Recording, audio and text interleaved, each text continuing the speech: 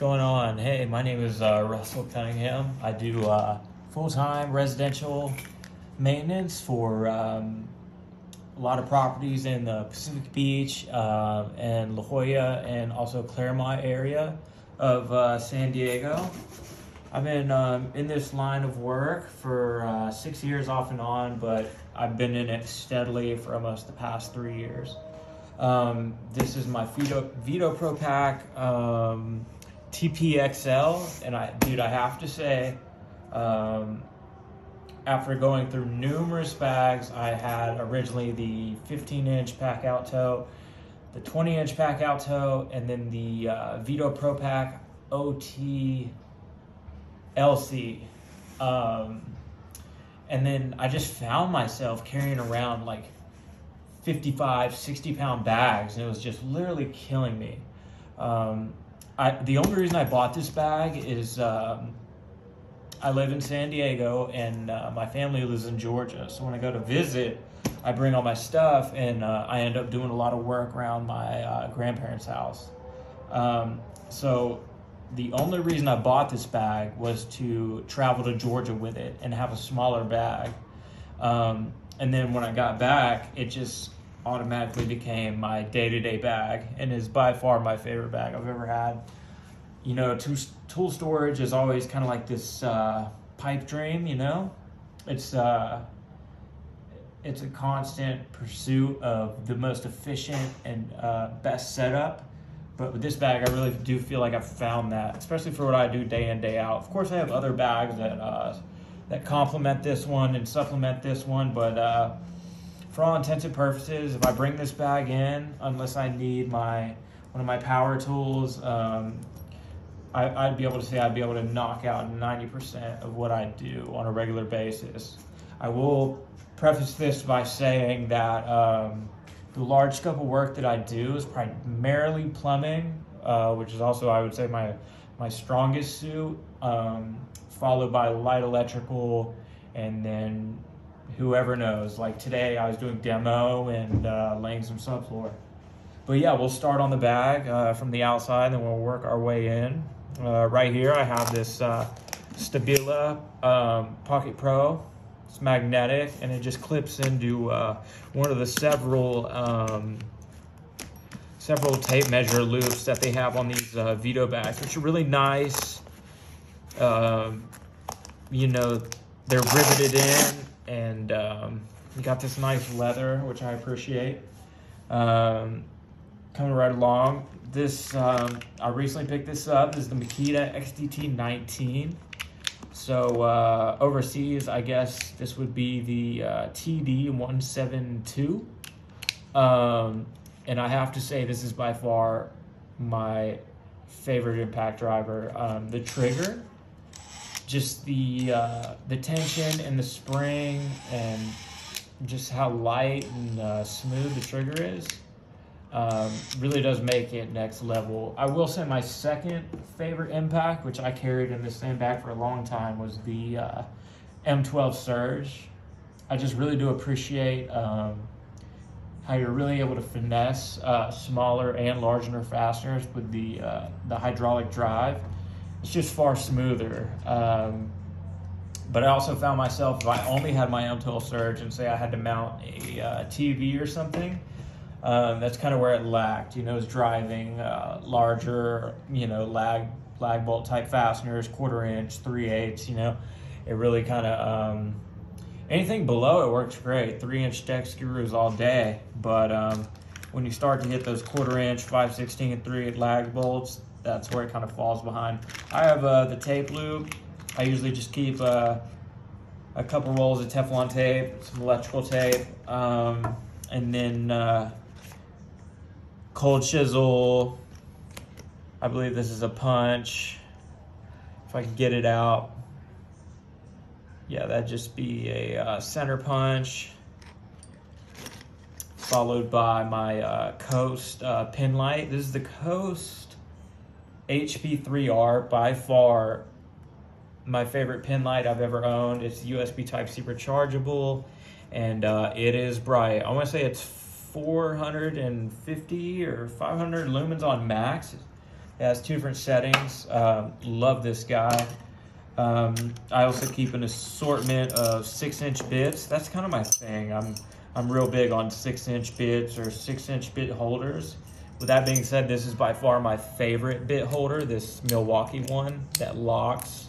I've actually had this one for a year, which is pretty impressive. And then I also keep just a couple 6-inch Phillips. These really do come in handy when I am tearing down or installing a new ceiling fan, you know, trying to get those fan blades in and stuff. And then like a T25. Also on my Makita Impact, I have this stealth mount where I'm able to keep 5 additional bits as well as what's in my bit holder. So these are all basically Torx, which I use a lot of GRKs and SPACs and things like that. So day to day, this is kind of what I carry. It's probably like a T10 through T30. And that seems to work out well for me. Coming right along, we got just a pair of tweezers. And then on the other side, I have these bit railers where I just keep my set of nut drivers, 3/8 socket adapter, as well as all my keys. I have a lot of keys due to the fact that I have to have access to several different properties and locks within those properties, etc., etc. I just got this tape measure because I've been trying to get along with the Milwaukee tape measure I had, but the blades just tear up so easily on those Milwaukee tapes. I really do enjoy this one. In the past year or so, I've gone to exclusively auto lock tape measures, which I really prefer because 90% of the time working by myself, and just with the auto lock, it makes it so much easier. I really like this tape measure. I like the wide blade on it. Yeah, it's been great so far. Highly recommend it. Also have just a Klein voltage tester. This is also the one that reads temperature. It's got an IR temperature reader, which comes in handy more often you would think. Then I have a, you know, just a Craftsman inspection mirror. Lately I've been soldering a lot of copper water lines and stuff like that. And, you know, if I'm in a wall and I need to check behind my joint just to make sure I got enough solder in the joint, these works out great. Also, if you're chasing down leaks under sinks and stuff like that, they also come in incredibly clutch. On the very back of the bag is where I keep my larger pliers. So I have this is a 250, which would be a 10-inch. This is the Knipex pliers wrench. Can't say how much I appreciate those. And these are just the Knipex Cobras and a 300, which is a 12-inch. I've recently switched over to Knipex probably about a year and a half, 2 years ago, and as you will shortly see, they have quickly become my favorite. Back here I keep some chopsticks to repair blown out threads and door jams and things like that, as well as, let's see, a pair of gloves. I keep a couple pigtails of 12 or 14 gauge Romex in case I have to extend something. Just a set of SAE chrome deep sockets down there. I think that's about it down there. Probably about it down there, yeah. All right, now going into the bag.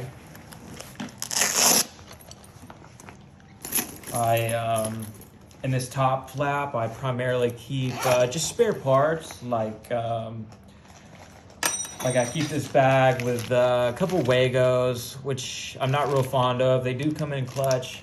From time to time, I keep 1.25 inches, 1.5 inches. What are these called? O-rings for, you know, tubular drain. A lot of times I have those fail, so I keep a couple with me. As well as some 8/32 and 6/32 screws, you know, for you know, your light electrical, outlet boxes, outlets, GFCI, stuff like that.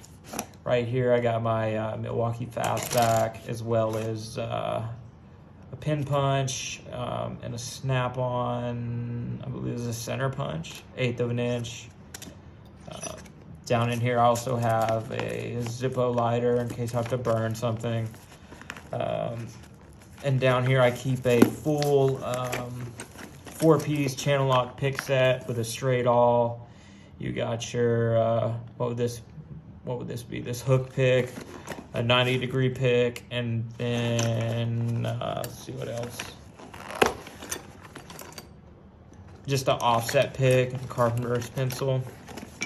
I also keep a razor scraper right here. This was actually my dad's. There's no telling how old this thing is. It is a Hyde, made in America. Always appreciate that. I'm a real big proponent of you know, investing in high quality USA made tools regardless. I will say this top, if you got some stuff down here, it's pretty hard to button back up. Definitely takes some effort.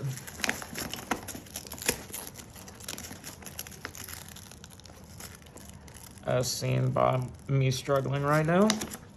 I'll worry about that later. Down here I keep just a couple 3 or 3.5 inch driver bits, a T25 and a Phillips, and then just assorted drill bits, you know. Not a whole set, just enough to drill pilot holes for whatever it may be, drywall anchors of any sort.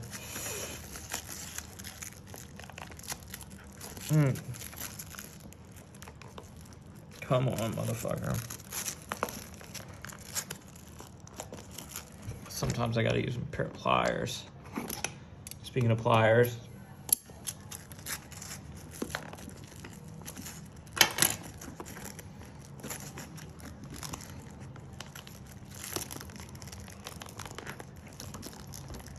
Jesus Christ.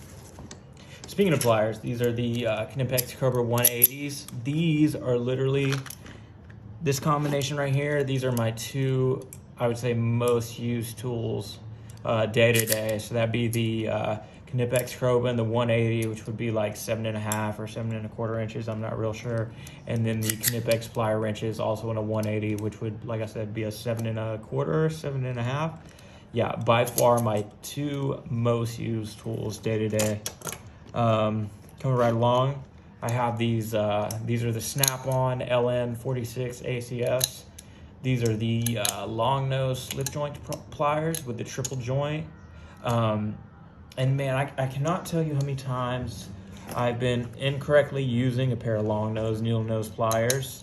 And just having the ability to crack them open about that wide and them still be parallel has opened up so many possibilities. So I love these pliers. Shout out to Snap-on for basically tapping into a whole new range of pliers. Then of course, 6-inch Baco adjustable wrench, followed by the 8-inch. You know, while I do carry the pliers wrenches, I don't think they're a 100% replacement for a crescent wrench. I still do carry them on a daily basis. I think they both have their place. Then I just got a 7-inch pair of Malco Eagle grips. Unfortunately, it just closed down the factory in DeWitt, Nebraska, so I had to go out and grab a couple pairs. I think I got one in the 10-inch and one in the 7. Then I have my just Klein diagonal cutters. Can't go wrong there. Then these are my 10-inch Knipex Cobras. Can't go wrong.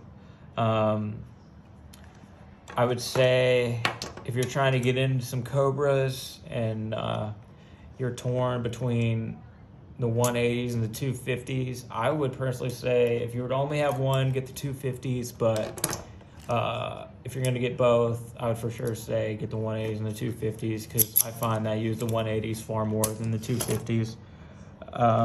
Then coming right along, I have the larger version of the LN46 ACF, which is just the LN47 ACF. Same thing, just a little bit larger. I think these are about 9 inches total, as to these are about like 7.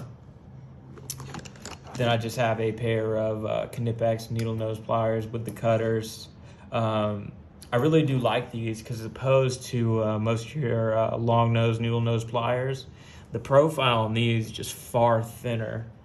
So if I were to directly compare them to these Talon grips, you can tell how much slimmer they are. You know, a lot more, you know, precision and finesse in these. Almost done with the pliers. I keep, man, the Knipex twin grips. I literally could not recommend these enough. I don't use these every day, but when I do, they save my ass. You know, just a slip joint pair of pliers that have 5 positions, but where they really come in clutch is you're able to grab a fastener from the front, and you can space them open pretty wide, you know. I'd say you'd be able to grab, I don't know, let's see the tape. You would easily be able to grab, you know, a 3/4 inch bolt. That'd be like a 19 millimeter from the front. And, you know, screws, you know, stripped out screws. I can't tell you how many I've been able to remove with these pliers. The other day, I went to go shut the main water supply off in an apartment. And as soon as I put a little bit of pressure on the ball valve, the handle just tore straight off from rust. And I was able to get these around and get the water shut off and do what I need to do. Had I not had those, it might have been a lot longer of a day. I think that's about it for pliers. So now we're getting into the screwdrivers and stuff like that.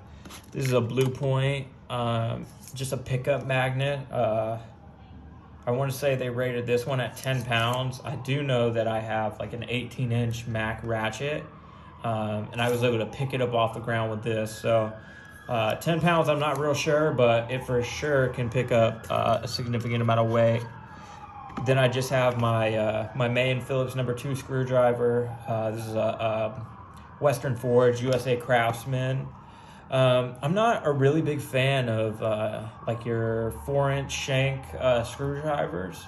I just always prefer these longer shanks. I want to say this is an 8. I usually like about like 6 minimum, and 8 is really my preference. Why? I'm not really sure, but it's just become that way here recently.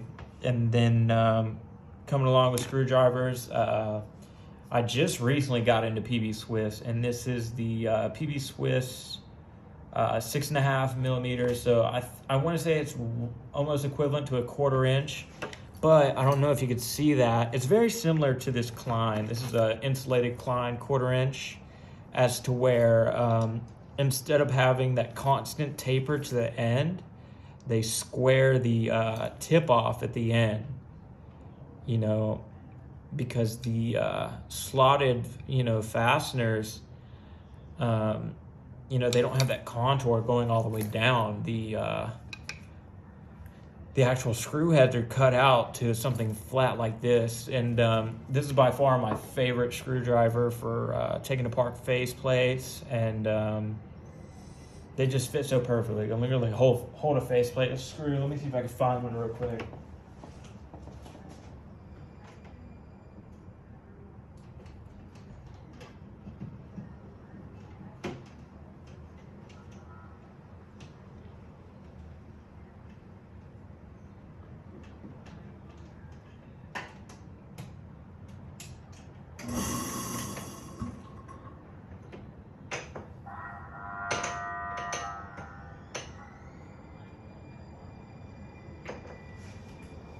Sorry about that. Yeah, I've never had a slotted screwdriver, aside from the 1/4 inch Klein ones, that is able to hold a faceplate screw like that, you know? So these are by far my favorite slide screwdrivers for working on anything electrical. By far, it's not even close.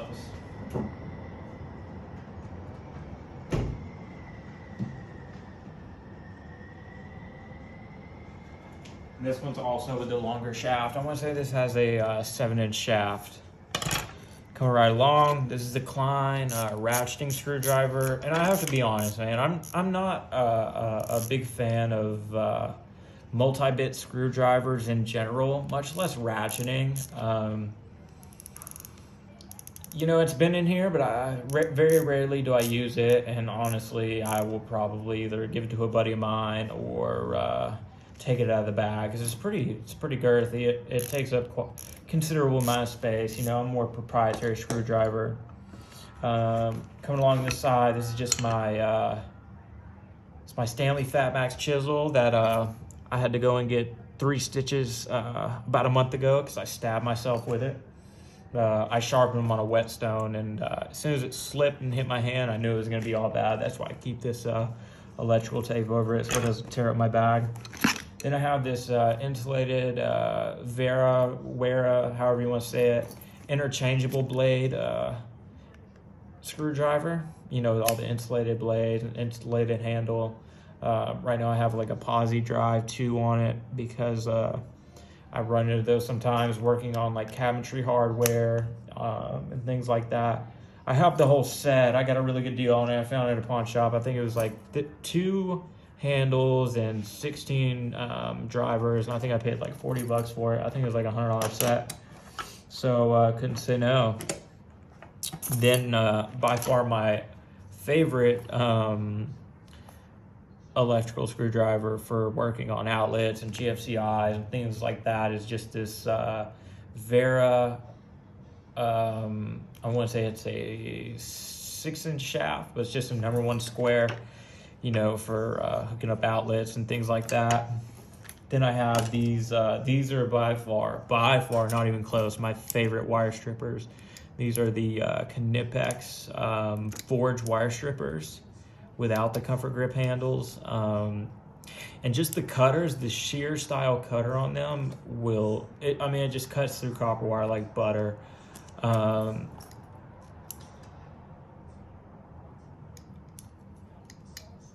And then they're also double sprung. And when I say that, I mean, if you were to squeeze down on the handles and release, it springs back out. However, if you're going to open up wider and let go, it'll spring back. So they're sprung each way internally somehow. But I love these. Couldn't recommend them enough. They're pretty expensive. I want to say I paid like $58 for them. But if I lost these somewhere, they got stolen, I would immediately replace them with another pair.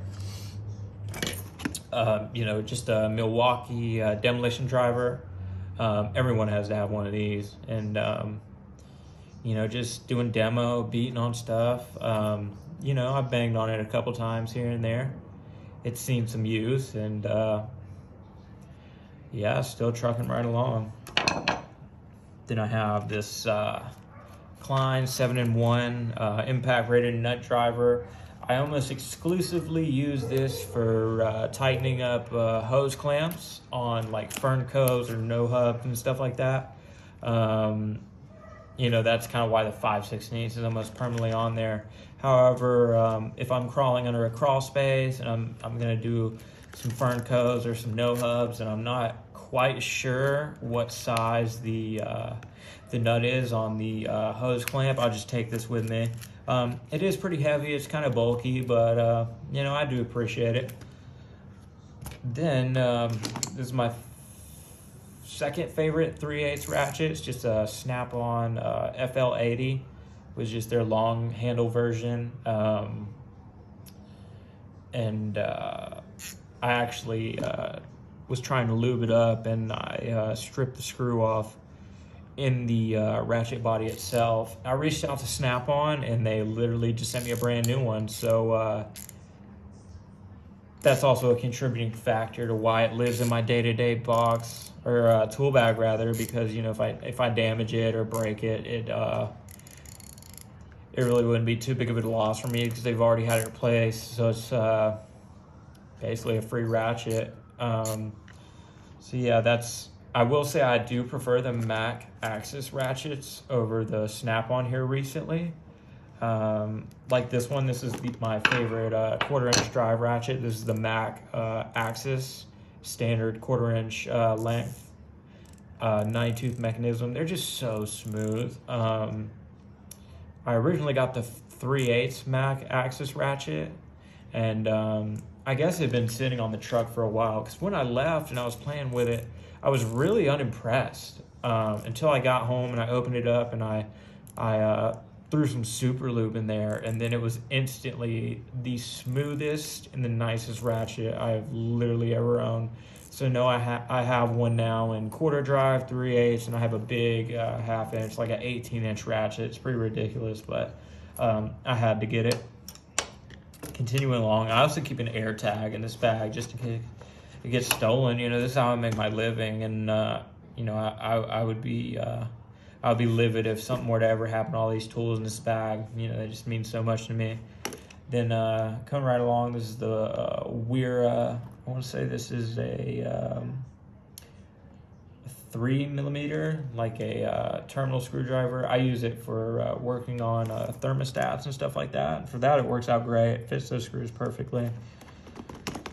Then I just have this Milwaukee light. It's magnetic. You know, it sticks to anything metal. Takes AA batteries. Love this thing. It's great for working under cabinets when I'm working on sinks and faucets and stuff like that. I also have this Klein Tools. I want to say it's like a 27-in-1. They call it the tamper-proof. But, I mean, it's just got all your smaller Torx, all your Phillips, from like Phillips 00 to Phillips 2. It's also got several slotted, and basically all your small Torx from security Torx as well. I want to say from like T5 to all the way up to like T15 or something like that. I find this great for obviously working on you know, electronics. Then I just keep a Snap-on. This is a long mini awl. This thing, I just find so many uses for it throughout the day. You know, sometimes I don't want to drill a big ass hole through sheetrock.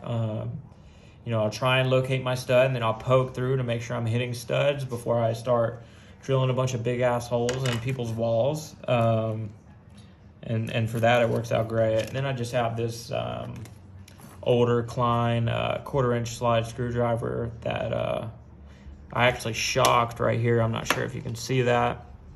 Yeah, I zapped it and kind of ruined the tip. So what I did is I just took it to a diamond sharpening stone and made it almost like a chisel, just like a beater, flathead chisel style tool. Then I keep a selection of ratcheting wrenches. These are all Mac tools. The ones made by Faycom. So they're I want to say they're made in France, potentially. But, you know, these are just the sizes I use most often, which would be 7/16, 1/2", and 5/8. 7/16 and 1/2" specifically for Johnny bolts for when I pull toilets and put them back down. And then I just so happen to run into 5/8 pretty often, so I keep those in there. Love those. Followed up by, this is just a Weha, just a bit driver, you know. I'm not real big on, like I said, multi-bit screwdrivers. However, I'm not against these type of screwdrivers that, you know, are just bit holders, because I just don't like the play that a lot of multiple bit screwdrivers have. But, you know, this one has very little play except for in the bit. I just keep an old Craftsman putty knife scraper, whatever you want to call it. I also take this one to my whetstone and sharpen it down pretty good. It's almost like a, you know, like a chisel scraper. And then I just got this, this is an old Stanley Handyman tack puller. This is actually my dad's, so cherish that one pretty well. And then aside from that, just be I think this is like a 6-inch Craftsman extension with a, I'm not sure what socket's on it right now, but yeah, just keep an extension, and yeah, that's about it. Yeah, it's kind of my day-to-day setup, aside from just the, keep some random hardware back here, just like some hex bitch drivers. I use a 4mm hex a lot, tearing apart like bunk beds and stuff like that, and reassembling them, and pretty much anything that comes from overseas, furniture wise, is a 4mm hex. Along with that, in this pouch, I just have like a garbage disposal wrench, a little brass caliper, some random Allen keys that, you know, come in the hardware pack, with you know, miscellaneous products that I put together, just a rigid copper cutter, and then just another blade for that Wera insulated screwdriver, number 2 square, in case I'm working on any breakers or anything like that. Just more pigtails and golf tees for repairing stripped out screws and door jams and stuff like that. Shark bite 3/4 disconnect clip. I hate shark bites. However, they do have their place. You know, if I go somewhere and they have a really bad water leak, I'm definitely not against capping it off with a shark bite until I can run to the store and grab the parts I need to solder on new fittings or fit new fittings, and, you know, have it done right. Because I don't know if you ever know this, but it's extremely hard to solder new copper fittings onto a water line that has continual water running through it. But yeah, man, this is my Veto Pro Pac TP-XL, and like I said, by far my favorite tool bag I've ever owned, and I love it. Yeah, so sneak peek as to what's coming up. I recently just bought a Cornwell roll cart full of tools, and this was one of the tools I was in. This is the Snap-on 14-4 screwdriver with the toggle switch. That'd be forward, this is reverse, as well as a bunch of other stuff that came in the toolbox. Got a good, really good deal on it. MSRP was like $2,800. I paid $1,400 full of tools, this being one of them. And I want to say this driver with a battery and a charger is like a $570 kit, and I would literally never pay that type of money for this screwdriver. But yeah, that's just a sneak peek as of another tool haul I have coming up. But yeah, man, if you like what you saw, like and subscribe, and I greatly appreciate it. Later.